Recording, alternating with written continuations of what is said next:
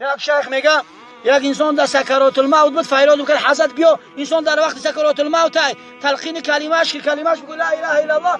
وقتی میگه که به اون آدمی میمرد تلقین کلمه‌اش میکرد اون مردک میوغید. پمیدور نایخه مثل پودرینگ نایخه سومه، یعنی همون حیاتش همی بود در بازار فقط میوغید. بعد در وقت مردنش هم همون لفظا را تلفظ میکرد. امروز اما در دنیا الله بگیم و در یاد الله باشیم، در مرگ همون چیز ما تلفظ میکنیم. الله اکبر. و اولی سوال میکنن از الله مون میکنن. ما را ملائک سوال نمیکنه چند قسم جمع کردی، چند خونه ساز کردی، چند بیزنس داشتی، چی کارا میکردی، چند زور بودی، چند پهلوان بودی. میگه تو کی را عبادت میکردی، تو کی را میشناختی، معبودی تو کی بود. و دیوم سوال میگه که من دینک، یعنی دینی تو چیست دین. و سوال سومی چی میگه که من نبیک، یعنی پیغمبری تو کی بود. الله اکبر. پیغمبری تو کدام پیغمبر پیروی میکردی. امروز هر یکی ما را در امتی کی، در امتی محمد صلی الله علیه و سلم. آیا با یک گفتن که من از امتی محمد صلی الله علیه و سلم هستم کافی است؟ نه والله.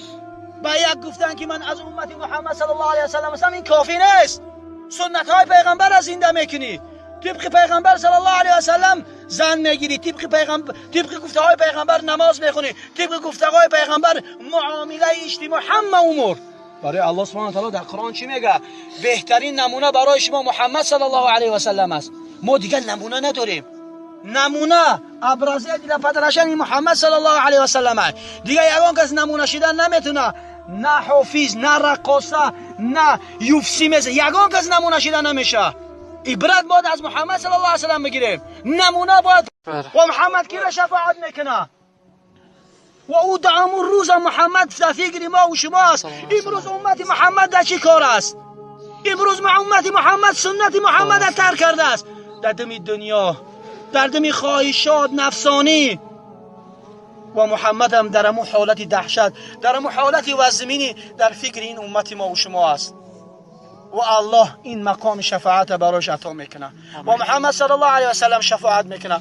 و ما دعا میکنیم الله شفاعت محمد صلی الله علیه و سلم نصیب ما و نصیب این برادر بگردونه. و الله دعا میکنیم یا الله دعای ما را به درگاهت قبول فرما.